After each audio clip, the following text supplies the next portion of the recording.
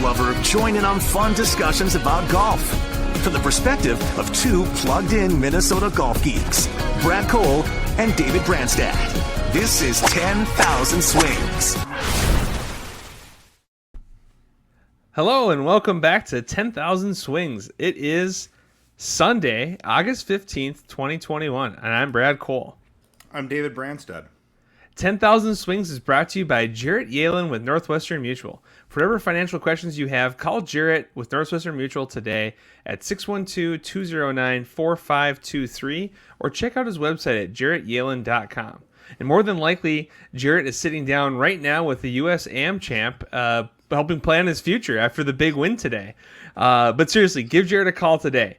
We've got a great show this week, folks, that might include the Wyndham Championship, the FedEx Playoffs, the U.S. Am, and ranking golf courses in Minnesota, and more. But first, this week, our guest has actually taken a quick break from helping the U.S. Am champ plan his future and helping people all over the place. And he's joined us live right now. Jarrett Yehlen is on the show. Jarrett, how we doing, buddy? Gentlemen, what's going on? How are you? Beautiful to see you on Sunday evening.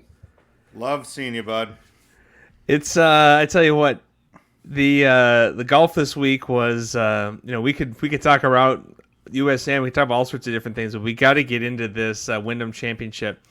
So I started off the week by taking Kevin Kisner in multiple leagues, and it looked a little bleak yesterday at the end of the third round when he finished with a couple of bogeys, but somehow he worked his way into a six-way playoff today and pulled it off. But I think the story, rather than him winning the six-way playoff over Kevin Na, Brandon Grace, Adam Scott, Roger Sloan, and Siwoo Kim, is actually just how brutal tape delays are in the PGA Tour. Now that we have the app fully up and running, I knew the winner at 2 o'clock, and people were tuning into the tournament at 3:30. Wanting to know what was going on. You guys, what is your take? I mean, I know they have to do it obviously with weather sometimes, but how brutal are tape delays? It's awful. I have it on right now. They always play the nightly replay of it, and right now, let's see. Rose is 15 under through 13. Henley 17. I don't know how these people got to these spots based on what I'm watching now. And Brad, I didn't even know because I was driving up to Fargo, and you sent me a text about this playoff. I'm like, what? How is there a 6-person playoff at 1 o'clock? And playoff? You ruins this. Yeah, it tell you what, it was very awkward. And you mentioned Justin Rose. So Justin Rose is 15 under with 4 to play, right? And he makes 2 bogeys down the stretch. And you're like, oh, okay. So if he had just gotten even on the last 4, he gets into the playoff. It's even worse for Justin Rose because he ended up, by going 2 over, he fell back to minus 13, which put him at T10, and he finished the year 126 in FedEx Cup points, which is a little hard for me to believe that Justin Rose has fallen that far. That's a world number 1, a year ago, 2 years ago? And now all of a sudden he's 126. I understand with COVID and different things going on is a little bit trickier, but still, that's just shocking to me, and that is to just be painful to finish like that. And who knows? Maybe it was on purpose. Maybe he just didn't want to play the rest of the season, and he said, "Oh man, he was messing around today and looking like he was going to get a triple double." He's like, "I better make some bogeys so I can get on that plane." The old Phil Mickelson, Torrey Pines, 68-76 trick to go home for the weekend. It's been a long time since he won. DJ 18 at the 3M Open. With water to go home. I don't know what you're talking about. It's been a long time since Justin Rose was a really, really big deal. I mean, he won the 2013 U.S. Open at Marion, and he ripped off a lot of his wins between 2010 and 2015. And since then, he's gone through some swing mechanics and all that other sort of stuff. David, that has to take a massive toll on people, right? Like when these professional players start retooling or reworking their swing, what type of heartache do they really go through? How long does it take them to come around and actually play like a normal human being again? So here's the example I'll give is it was 97, right, when Tiger just obliviated Augusta at the Masters, and he started retooling his golf swing. And for about the next year and a half, he wasn't making a lot of cuts. He wasn't doing a ton. But every interview he gave, he kept saying, I'm getting better. I'm getting better. And people are like, what the hell are you talking about? You're getting better. You're missing cuts. You're not finishing the top 25. Well, what happened when that clicked? I Yeah, think the true stats, story. 52% of the tournaments he teed it up in for about 2 to 4 years, he won. Yeah. It's a long haul, and I remember even talking with someone who's working with Patrick Harrington, and they were working a little wrist move in his golf swing, and he flat out asked Pat, he's like, how long do you think this is going to take for you to own it? And he goes, probably about 18 months. And these guys are doing this for a living. Right. And that's with no injury. You think about injury or something else comes up. So, Jarrett, what would you say in your mind was peak Justin Rose performance of his career? Well, I mean, it has to be the 2013 U.S. Open, right? I mean, in between the 2013 U.S. Open and the Ryder Cup at Medina, like that was a little bit, I wouldn't say his coming out party, right? Because he already won a major tournament. But remember when he took, who did he take down in it wasn't Tiger, was it? Was it Phil? It was Phil that he took down in the 2016 Ryder Cup, right? It was on 17. He hit that little lazy putt that kind of funneled into the hole. And all of a sudden, like you just saw him kind of awake. And all of a sudden you knew that he was going to be this force to be reckoned with. Well, he hasn't won since 2017, right? So like it's been a little while since he's been in the winner's circle, but I don't know, 18 months. I mean, gosh, that seems like a long time. Here's what's nuts about Justin Rose. If you look at his world golf ranking, he first finished the year as a top 100 player in 2002. And he has not been outside the top 86 in the world since 2002 at the end of year ranking. How about that? So in 2002, he finished the year at 37th. In 07, he finished the year 6th. And then 12, 13, 14, 15, he finished every year in the top 7. 16, he falls back to 15th at the end of the year. Then he goes 6th, 2nd, 8th through 19. And last year he finished in 35th. And this year he's hovering at like 45, 48th range. But how about that for people don't talk about his career that much. I mean, he's been doing it at a top 100 level now for 20 years. And now he's grinding it out at the Wyndham, trying to make his, trying to gain status to the playoffs. So it's just interesting. Again, 2 years ago, he was number 1 in the world, 2 or 3 years. So yeah, and I should correct myself. He won in 2018 and 2019. He won each year between 2010 and 2019. So since, early on the West Coast swing in 2019, he's kind of gone on this little bit of a hiatus, trying to fix his swing, trying to get right. But if that also doesn't just show you and allude to the talent that's on the PGA Tour these days. Yeah, no doubt. I mean, Justin Rose, I mean, my God, like Brad, you said, 20 years of this. I remember watching him in the British Open. I think he was an amateur when he first played, and didn't he hole it from 60, 70 yards on 18? Yeah. And it was so cool to see, and we've been talking about him ever since, and we're still talking about him. It's just in a different light, and the tour has absolutely exploded, and there's names out there everywhere. And in fact, I want to shed some light on, we've talked about Rose at 126, but the person that finished 125 this week is a phenomenal story. And I'm going to share this in honor of Jeff Kaiser because he loves this kind of stuff. Good friend of the show. Hadley is in the event. He really choked up after his round in this interview, which was awesome. But he shot 29 on the back nine, 62 on Sunday. He had a hole-in-one on the back nine today. He finishes birdie, eagle, birdie, par to go from 132 to 125 on the FedEx Cup. It's awesome. That's awesome. That's Chesson Hadley, and that was his first PGA Tour hole-in-one, correct?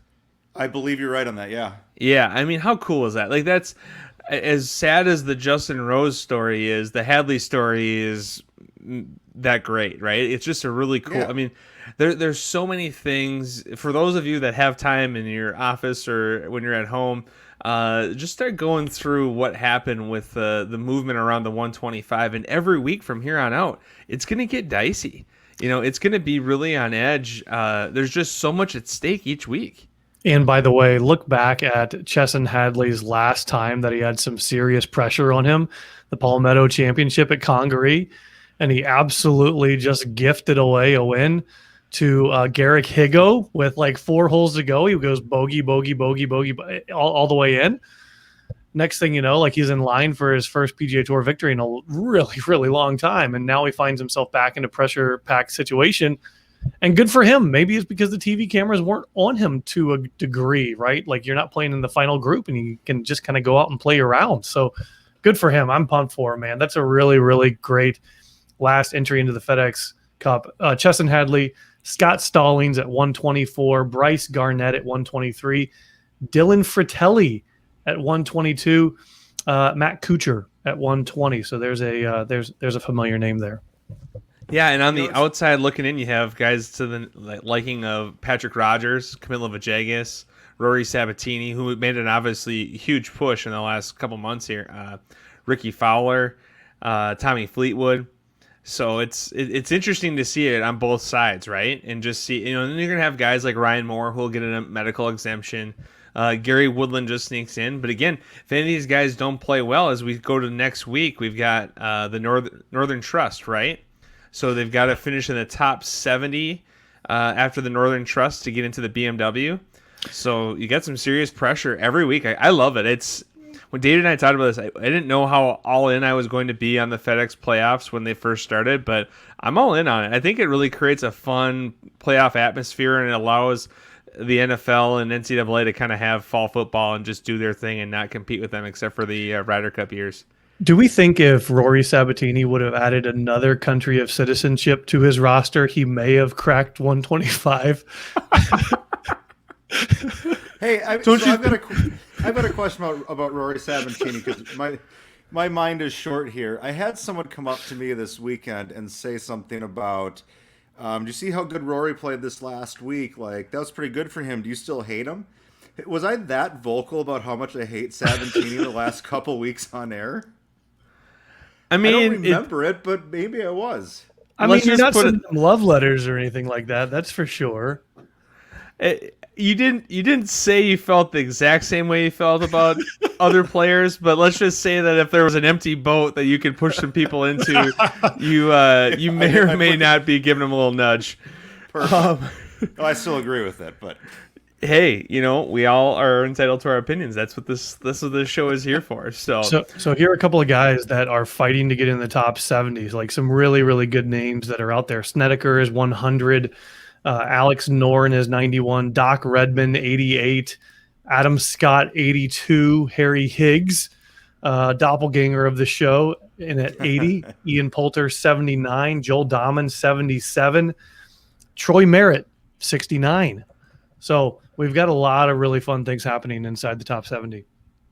No, that's a great point. There's going to be a lot of good golf happening there, and it should be interesting to see it all go down. Now, you mentioned the name Adam Scott, and when I was trying to find some way to watch this playoff live today, and did figure it out eventually with some help from the golf shop manager at Brackett's Crossing with a very helpful text, found it on CBS Sports Online, and then CBS actually came on the air live playing the second hole of the playoff, and then they went back to the beginning. It was interesting. It was like, here's what's going to happen. Now let's go back to the beginning of how it all started. I was kind of getting a little bit of whiplash, but it's like a Jason Bourne movie. Here's what happened. Here's how we got there. Adam Scott on the first playoff hole had a 4-footer to make it all go away. And not only would have that made it go away, that would have put a huge impact on him for, obviously financially, but FedEx Cup points, all that stuff. And he didn't just miss the edge. I mean, he missed the hole altogether. It was not his best work. And I think the guy that's probably kicking himself the most, so we have this 6-way tie at -15. Russell Henley. Russell Henley, folks, this tournament was signed, sealed, and delivered. He went out on the front 9. He shot 1 under. He made a birdie on 10, and he was up by, I think he got to 18 at one point. And he bogeys 11, 12, 14, birdies 15, and then bogeys 18.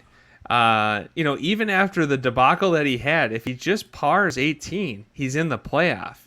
And really a disappointing back nine for Russell, to not even get in the playoff. And again, it cost him dearly on the FedEx Cup points side. He's in a better place overall for FedEx Cup. I think he's top 50, but tough for him. But again, a very talented, event, very well fought. We had Jarrett and I had a buddy that was down there watching live, and sent over some pretty great footage of the barn rat taking down some heaters live on the course. So that was good to know, because that usually doesn't make it to TV. So I like to see athletes in their in their peak moment. And again, I know I've used this before, but I feel like it was literally Vince Vaughn in Old School, on the floor exercise. Or on the rings, excuse me, just taking down a heater on the golf course. And that's what's great about calling us athletes. Golfers are athletes, so you can't take that away from us. Well, it's like seeing the barn rat in his natural habitat. You know what I mean? It'd be like watching you walk into Costco and just follow you around. Same thing with Brandy at Chili's. You'd be like, there he is.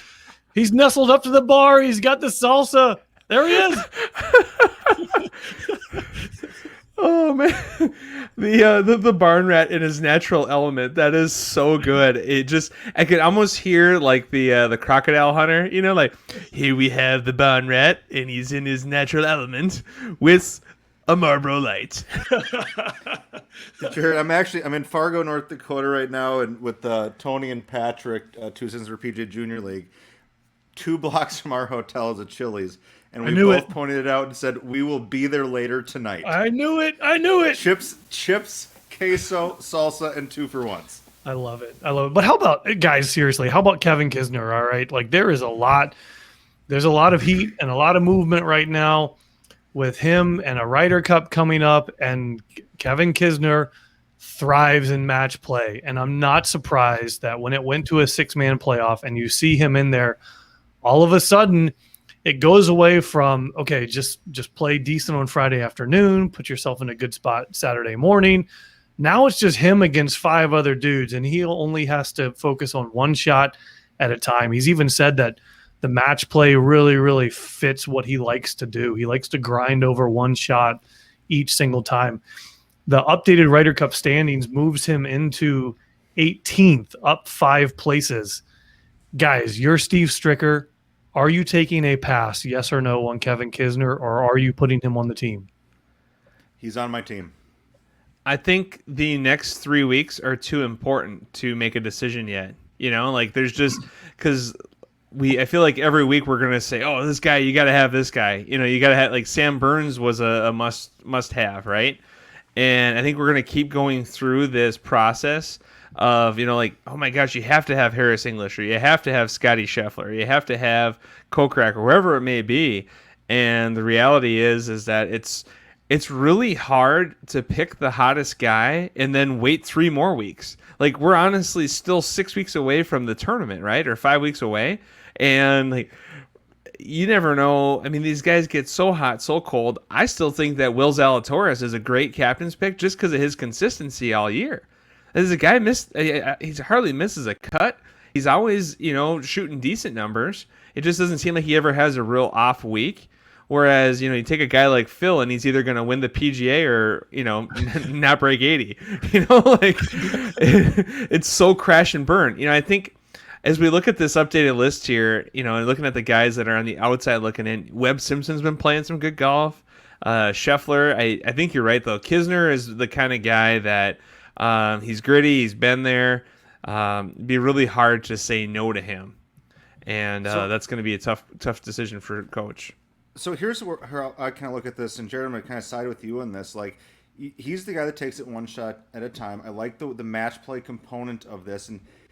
And Brad, to your point, it's hard to take the player that's just hot, because hot streaks come and go on the PGA Tour left and right. And truthfully, do I want the guy that just kind of hangs around and makes cuts and never does anything great? No. If I'm the captain, no, I probably don't, although he's going to be a steady player. I need the guys that are going to go out there and show some grit and win a frickin' Ryder Cup.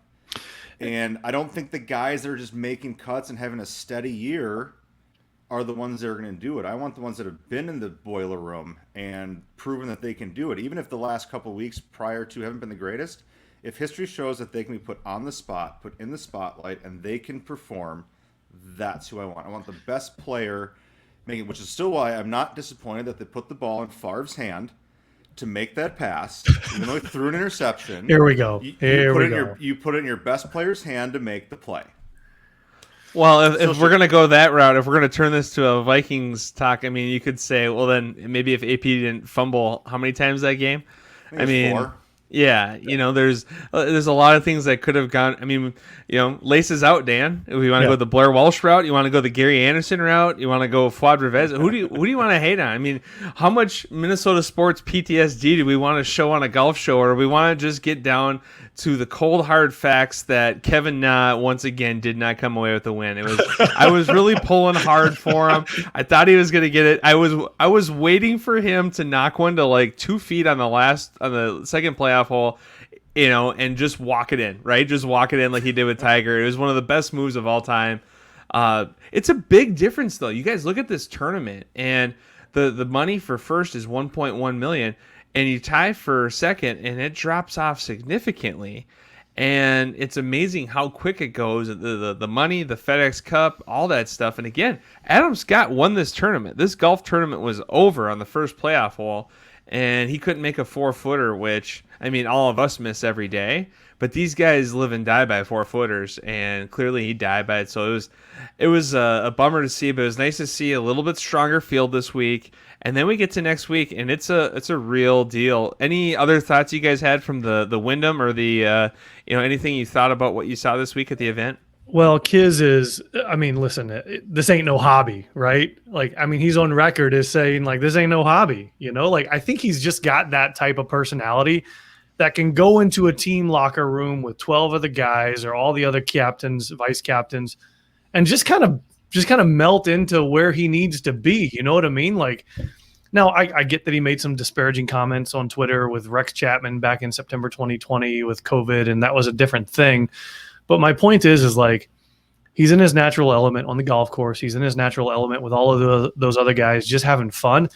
Here, let me drop some knowledge on you real quick. Kisner has 3 top 10s in his last 5 starts. So he's in good form. His 4 PGA Tour wins have all come in odd-numbered years, 2015, 2017, the match play in 2019, and the Wyndham in 2021. Finally, Ryder Cup records. Tiger, you're all familiar with Tiger's Ryder Cup records. I mean, it's not awesome. He's 13, 21, and 3. That would mean 13 wins, 21 losses, and 3 halves. Patrick Reed, Captain America, who we so affectionately love on Ryder Cup teams, is 7, 3, and 2. Meanwhile, the American killer on the other side of the pond, Ian Poulter, 14 wins, 6 losses, 2 halves. Kevin Kisner's match play record, including the 2017 President's Cup, 16 wins, 5 losses, 4 halves. Tell me you don't want this guy on your team, and I'll tell you you're crazy. Oh, there you go. That's really solid. That's way better than the random Kevin Kisner information that I was going to share, which is arguably the best quote of all time.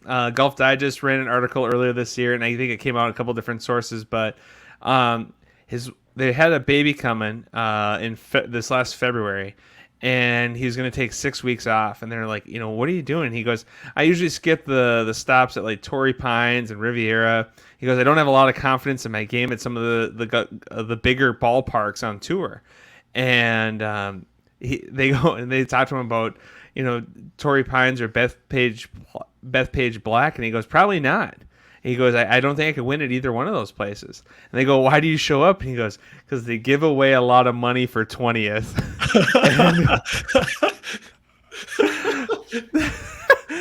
That is just like, when you think about it, like 20th at a major is what, $100,000, right? Yeah. So you go do a week's work, you make $100,000. Like that's a pretty good living. But yeah, you go home with a check in the back of your Charger. Yeah, why not? But then he strolls down the street to Sedgefield and takes home a cool 1.1 million because it's the Kevin Kisner show, right? Like I love when guys can just own their spot on tour. Like think about how many tournaments how much money David Tom's won, and no one knows who he is, right? Like I love these guys that can just go out, cash checks, and like, oh, the Barracuda's up next week. Yeah, I'm prepping for the Barracuda. Like, forget Augusta. My best chance there is T42, but Barracuda, let's get some. Like this is what I've been waiting for all year.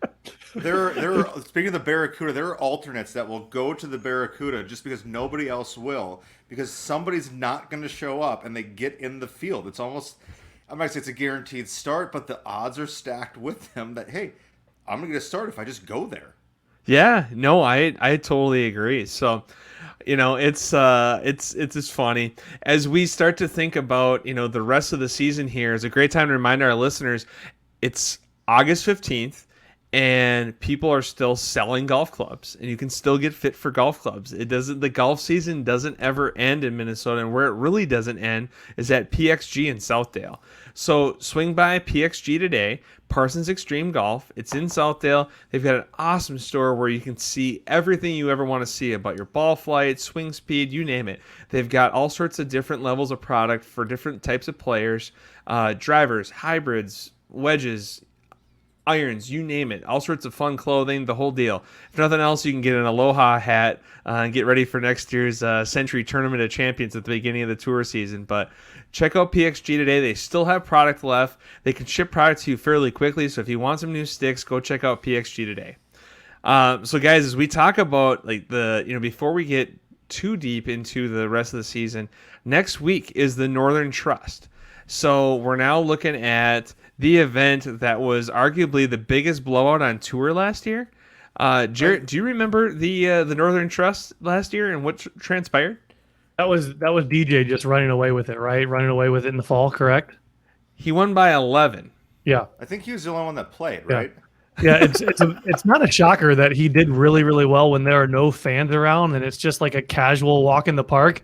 Like, it doesn't surprise me, you know what I mean? Like, now that all the fans are back, and maybe it's not like all the spotlight or pressure back on him, but it just feels like DJ wants to go play Pirates Cove mini putt-putt by himself and nobody else. You know? Can I know we're not affiliated with K-Fan at all, but can we get that in the preposterous statement of the year bracket? Oh, man.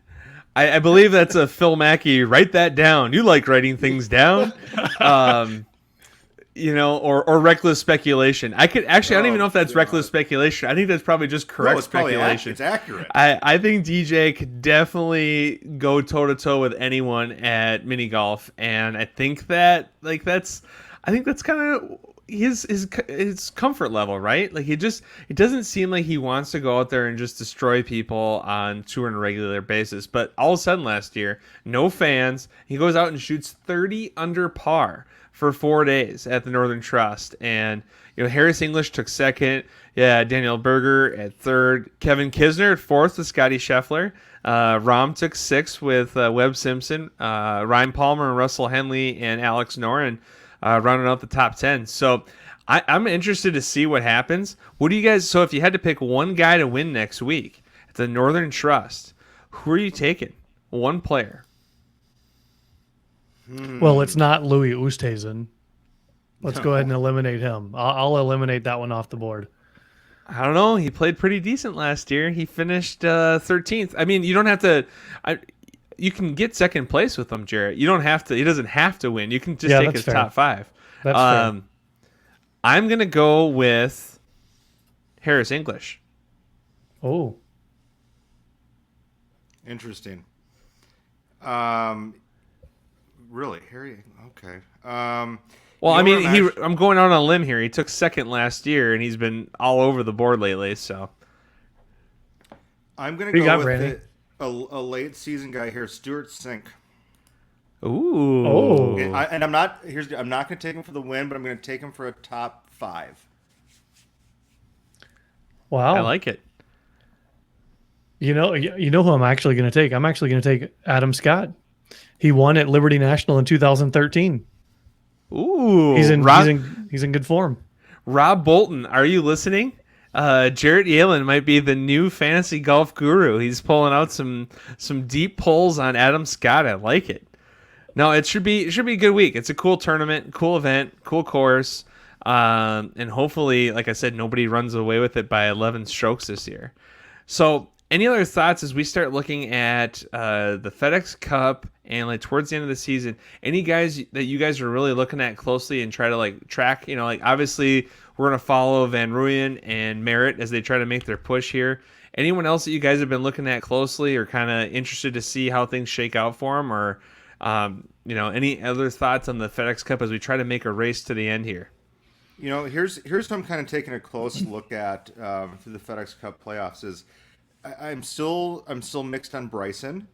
I don't know if he's showed enough to me that he's going to get through it. Hideki seems to be, I don't know, has he just played too much? Is he burned out? I've got him gone after week one. Rory McIlroy, Patrick Reed, I'm not convinced either of them are going to stay around. And Justin Thomas, I'm also kind of keeping a close eye on. I'm not convinced that they're at their game to be there. I'm disappointed Ricky's not going to be there. And like I kind of said last week, I'm still rooting for Morikawa. But I think John Rahm is still the guy to beat in the playoffs until he gets COVID right before the Tour Championship. I'm tracking Max Homa. I want to see him stick around. I want to see him go all the way to the Tour Championship just from a social media perspective.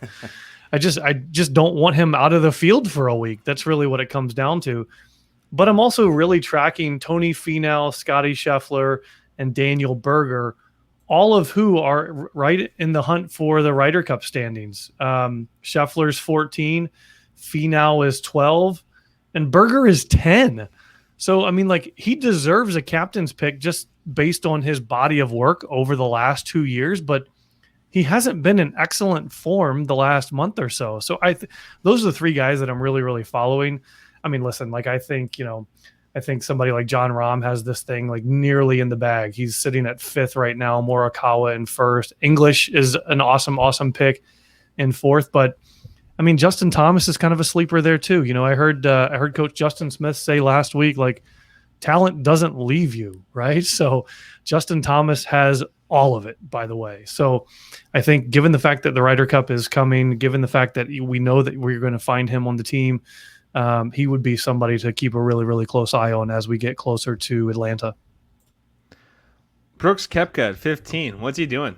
Is he trending up? Is he trending down? Is he excited for the Ryder Cup? Does he not care? Where's he at? Oh, that's a good question. He's 4th in the Ryder Cup standings, but that's a really good question. Does he care or not? I don't know. Is it I could be there, I couldn't be there, because he and Bryson are going to be there for sure. So what's their mentality going into it, knowing that they're going to share a locker room together? What type of beef is going to be there, and how much does that excite either player moving forward for the next couple of weeks? Brad, I think that's highly interesting. Rory McIlroy at 26. What are we doing? Are you interested in the Ryder Cup? Are you interested in making a run? The guy's won the Tour Championship before. Is he in or is he out? Is he focused? Is he too busy doing other?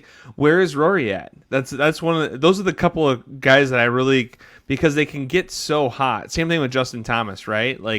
When any one of those three players gets going, look out. We just need to get them going. So it'd be really good for golf to see all those guys turn it up a notch here and make a run at the Cup. But that's also kind of the issue with those two players. If I look at Justin Thomas and Rory McIlroy, is when they get hot, they're unstoppable. But when they're not, anybody in the field can beat them. They're not the most steady players in the world. Brooks, I think you've got to just assume he's going to show up for the playoffs. I mean, he lives for this kind of stuff. And yeah, the whole locker room sitch, we'll get to that topic in a few weeks as it gets closer, because that's going to be funny. It will be entertaining, and who knows what's going to happen. You got to think that Steve Stricker is probably the perfect coach or captain for these guys, right? Yeah. Keeping things calm absolutely. and chill, and kind of de-escalating anything that blows up. But let's keep the integrity of the game above our heads, right?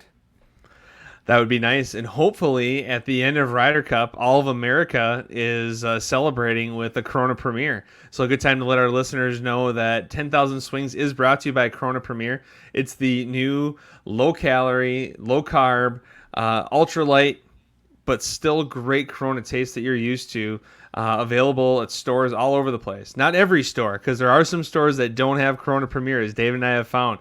But go to the store, check out Corona Premier. I'm sure you'll like it. Again, it's a very, very, very light, easy to drink beer, and you don't even need a lime. So anyone that complains about having to get a lime to go with their Corona, you don't have to do that with Corona Premier. So good time to remind our listeners that is our beer of choice.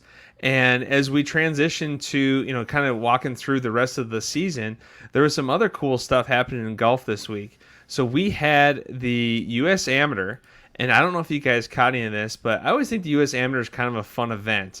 And the U.S. Amateur this week, is such a unique deal. The final round, you play 36 holes, and I can't remember the last time there were older players. I feel like it's almost always college kids in the U.S. Am field. Would you agree with that, Brandy? It's pretty much always like someone in that like 17 to 24 range. It's always your top amateurs that are playing Division One golf, pretty much. And this year we have James Pyatt from Michigan, who plays for Michigan State. Actually came back and beat Austin Greaser today in the 2-1. He was down, I think, down 2 or 3 with going to the back 9. And remember, they play 36 in the final day.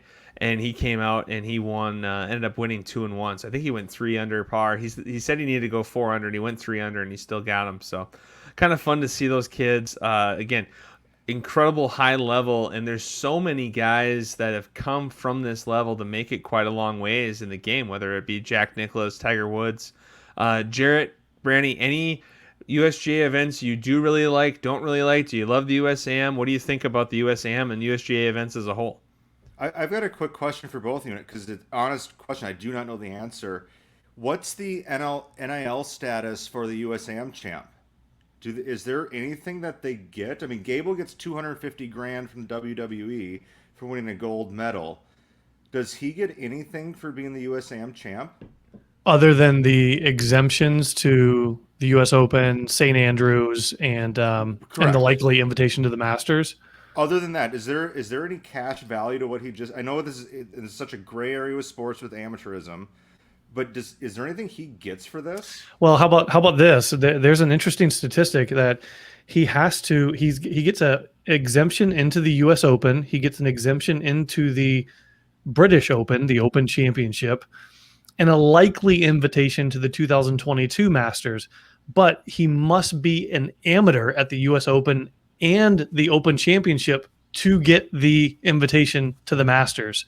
So he can't go pro. So that's a great question, Brandy. Like, if he starts receiving some cash for this, does that kick him out of invitation to the Masters? I don't know. Good question. I honestly don't know. I'm very curious if any listeners out there know the answer to that. Please email us.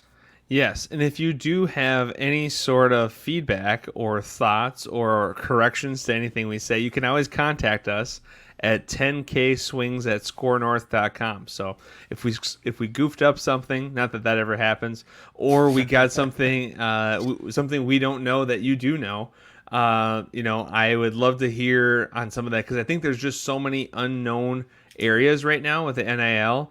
In the past, it was essentially if you received money, you basically were giving up, or over a certain amount of money, you're giving up your ability to be an amateur. But I feel like a lot of that's kind of gray area / not an issue anymore because of how much the rules have changed, right? So be interesting to see where this goes.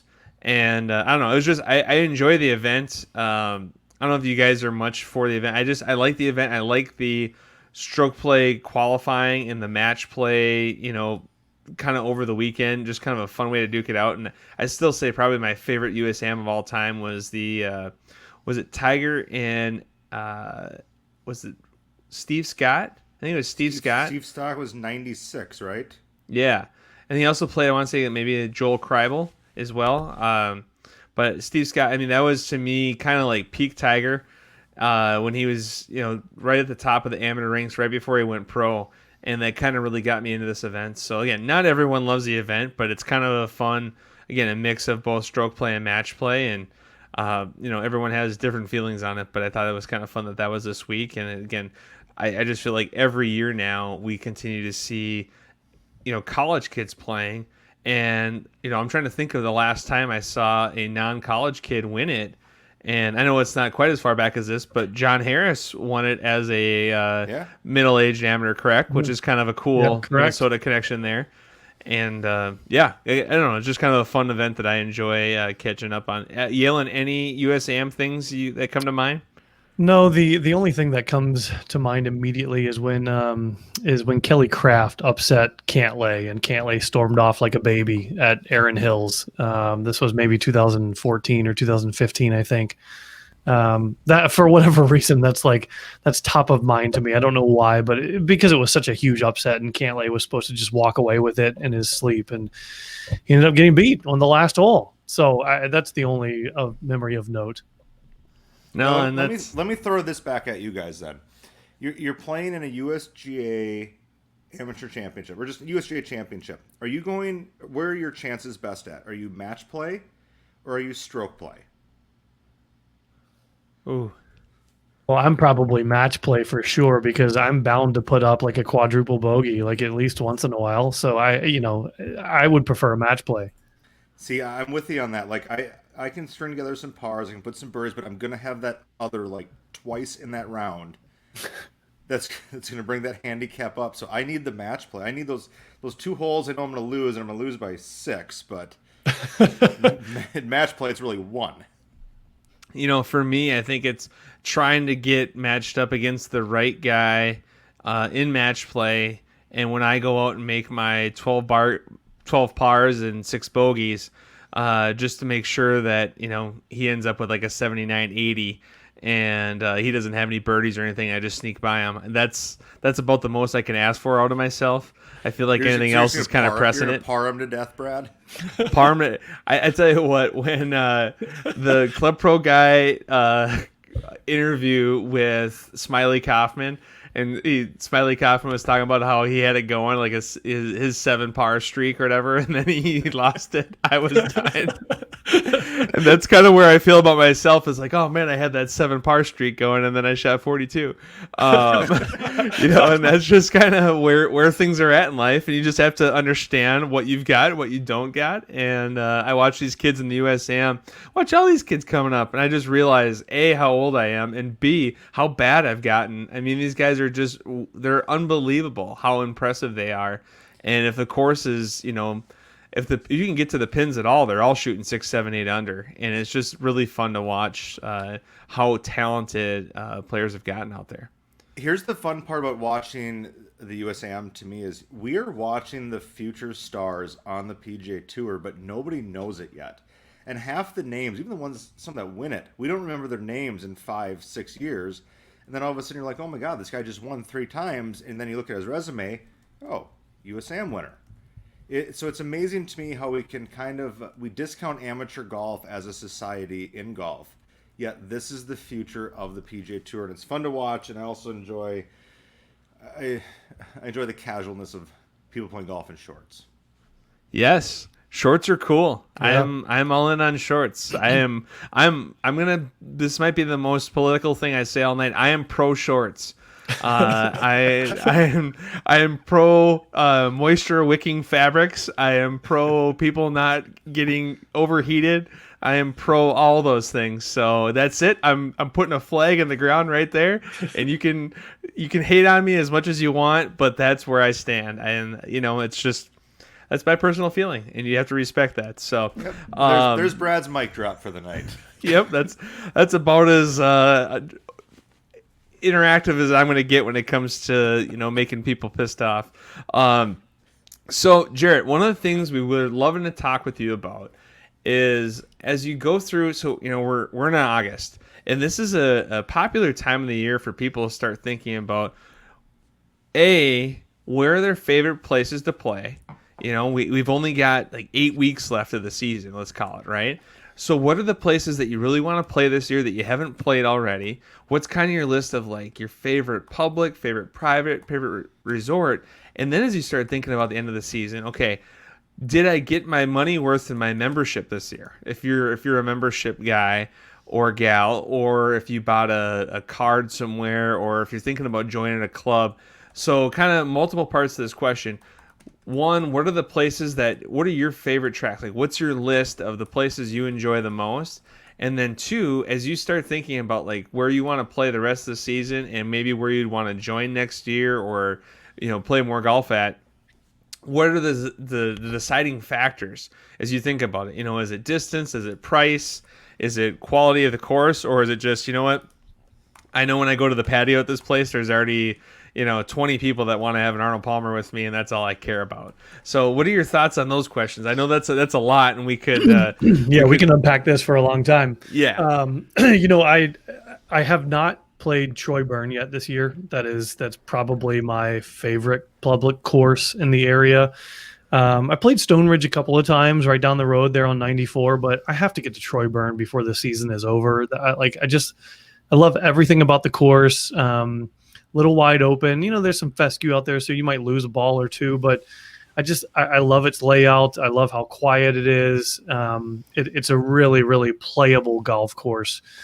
I love Windsong. Would love to get back out there this year. I've played there this year. Would love to get back out to Minnesota Valley. That's maybe one of my favorite private courses to play in the Twin Cities. It's very playable. It's an old Seth Rayner course. They just went through a renovation back in 2017-18. That comes to mind. So I played Town and Country this morning, and it's a good course. It's in great shape. It's been around a really, really long time. It's one of the original Western Golf Association courses before the WGA and USGA joined. But I tell you what, it is tough to take members out to that course because it's kind of quirky.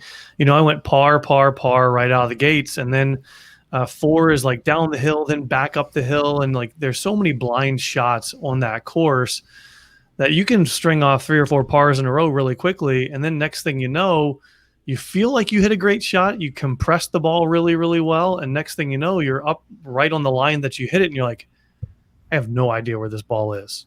No clue whatsoever, even if you're with a caddy or you're not with a caddy. But those would be, the 3 that I would love to play again this year are those 3 specifically, but I have yet to play at Troy Burn, so I got to get back out there. But I think, can you play? This is the question I always ask myself. I was a member at Minnesota Valley for 4 years. I loved my time there. And guests that I brought out had a good time there too, because it's a playable course. I think the question you have to ask yourself when you're joining a club or if you're a member somewhere is, do I enjoy playing this, or can I enjoy playing this every single day? Here's where I'll chime in on that. And Jerry, you're exactly right. Can I enjoy playing this golf course every single day? And at the end of the day, do not ever try to justify your dues per round of golf, because it never is going to make sense or add up. You are paying for the privilege of being at a fantastic golf course. You're paying for the privilege of playing at a course that's in top-notch shape every single day, and to play basically for the most part. I know golf has changed a little bit with this uptick, but you're playing golf when you want. You're paying for the experience. So I kind of get upset when people talk about their dues and how much this costs. No, it's not a conversation to me. But Jared, I got a question for you. You mentioned Troy Burn and Windsong in that, and I love both those golf courses. They're fantastic. So are you a layman Fout design golfer? You do like those? Because like Wayzata Country Club is fantastic with their redesign by them. Summerby down in Byron's fantastic. Have you been to those places to play? I have. I've been to both of those places. I love both of those. I think Lehman gets it right. The one place that is a little quirky, I mean, it's a great club, okay? Great experience. I have nothing awful to say about the course. Edina Country Club is a little different, right? It's an old city track squeezed into, 50th and Highway 100. And then Lehman came in and he redid the green complexes. And there's part of me that walks that course and I'm like, gosh, do the green complexes really fit the old city style course that it is? Part of me is like, kind of no, but it's always in fantastic condition. I mean, it's such a really fun course to play, but it's one of those like golf picky snob things where I'm like, does this fit the rest of the course, or should it have been something different? I love old city courses that are all back to front. I love Seth Rayner courses. I have yet to play Somerset, but I think Midland and Minnesota Valley, which are both Seth Rayner courses, are fantastic courses. Town and Country is an old CB McDonald course. And they just, by the way, I don't know if you've been out there recently, guys. They must have taken out like 500 trees. I mean, there's so many different sight lines now at Town and Country, and it kind of opens it up for you to bomb it all over the place. but still there's so many blind shots that you just have no idea where you're bombing it to, which for me is a massive problem.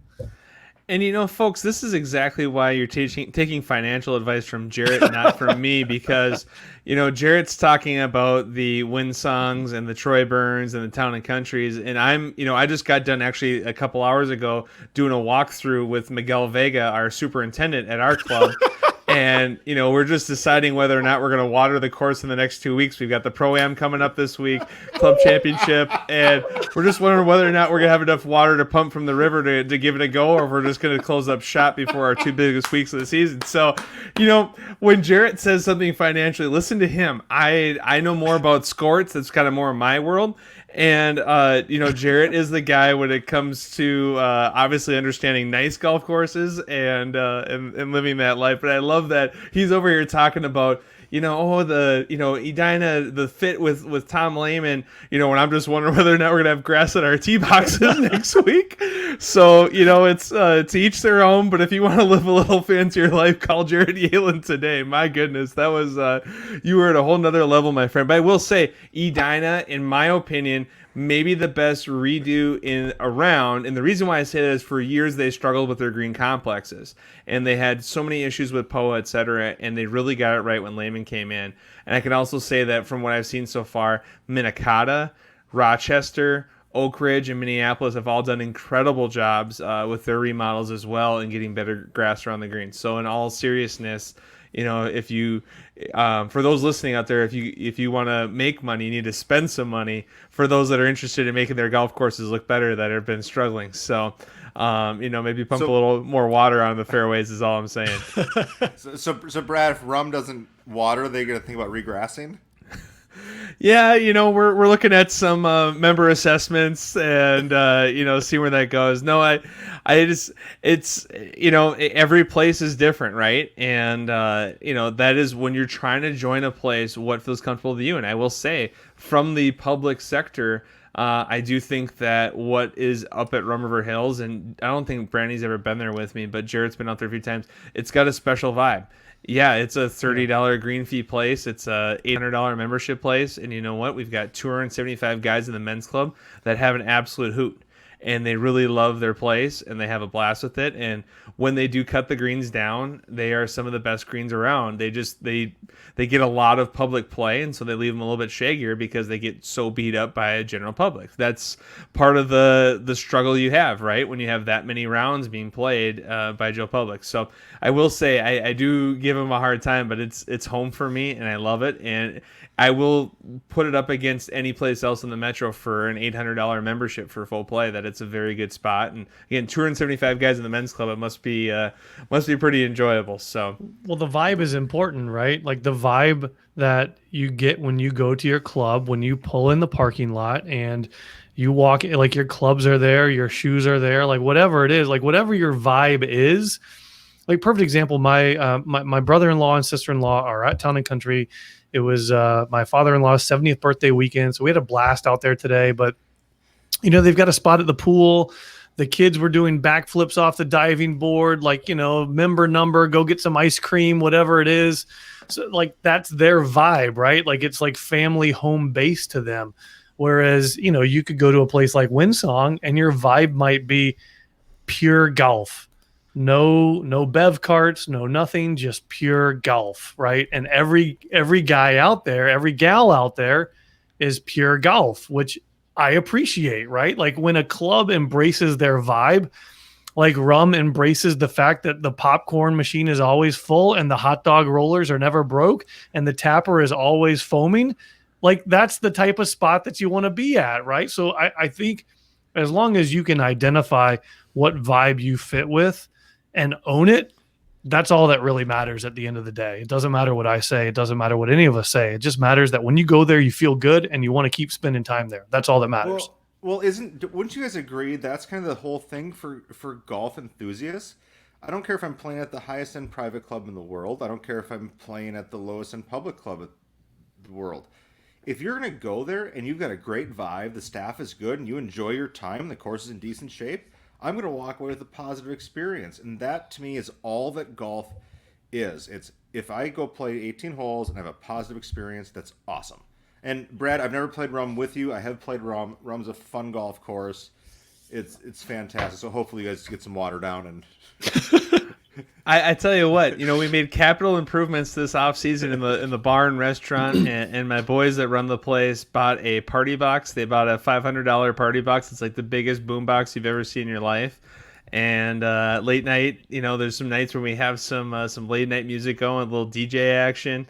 And the people love it, and that's the kind of things that people enjoy. People are out there, they're pulling tabs, they're doing e-tabs, or all these different things that they enjoy, and like you said, it feels like home to them, right? Whereas there's other places where people don't congregate after the round, or they don't have a swimming pool, or they don't have this, or they do have that. It's so different. So I encourage people to just get out there and try it all, see what's out there, and see what works best for you, because obviously you first look at the finances and the driving, but sometimes the distance of the drive or the type of the course or whatever doesn't matter when you feel that you are at home.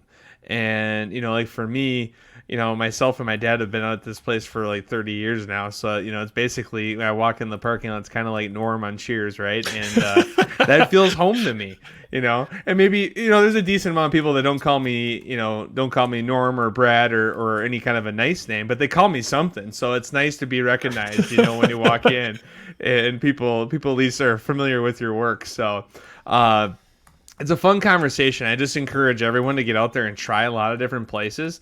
And if you're new to the game, really spend a lot of time playing like some of those like the PGA card or the different cards that are out there where you can play 20 or 30 different rounds for $400 or $500, $600, and just try all the different places around the metro and really get a vibe for what you like. It just gives you a nice way to get a little bit of a sample in before you make a commitment to where you want to be long term. So a lot of cool tracks here, and again, a ton to choose from, and especially now that so many places are getting simulator ability for the winter, really changes things even more. What kind of a sim league do you want for the winter months?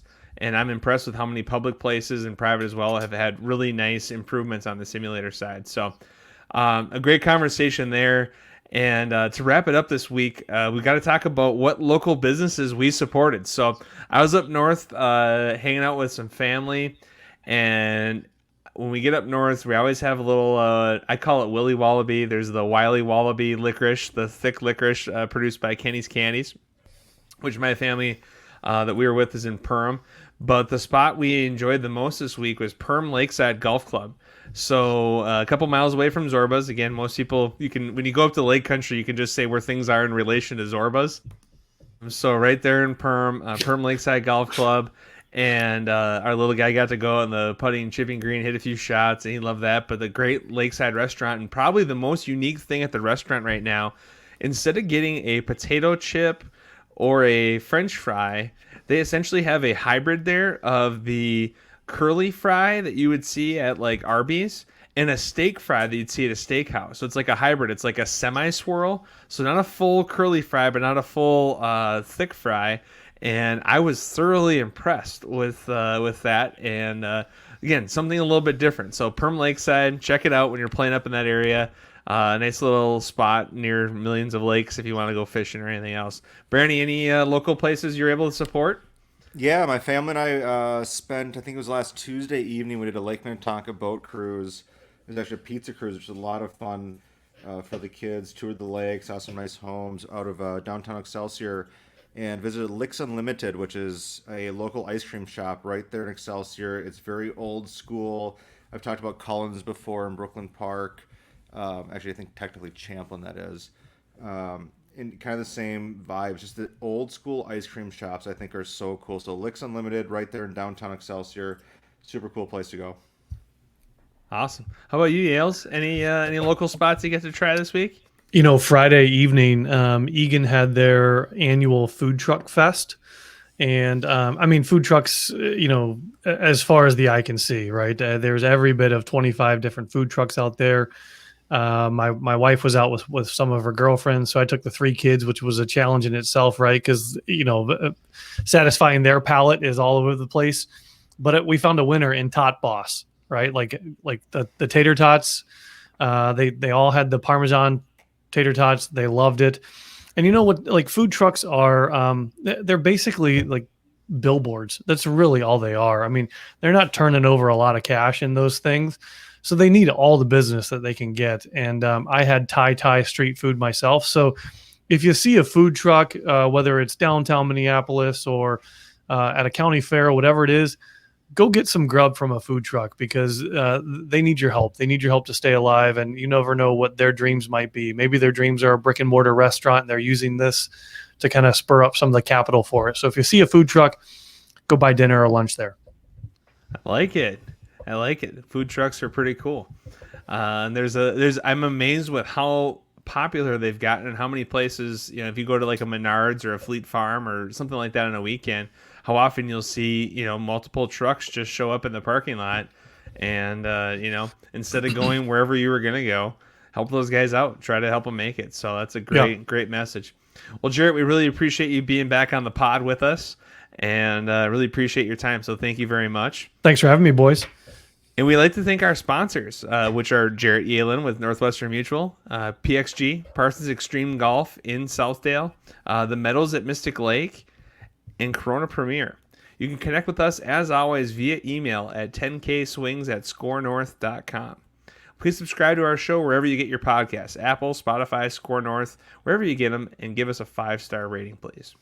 For episode 26, we will have Jeff Muniche back on the show to break down the Northern Trust and preview the rest of the season. Until next week, friends, I'm Brad Cole. I'm David Branstad. Thanks for listening. Cheers.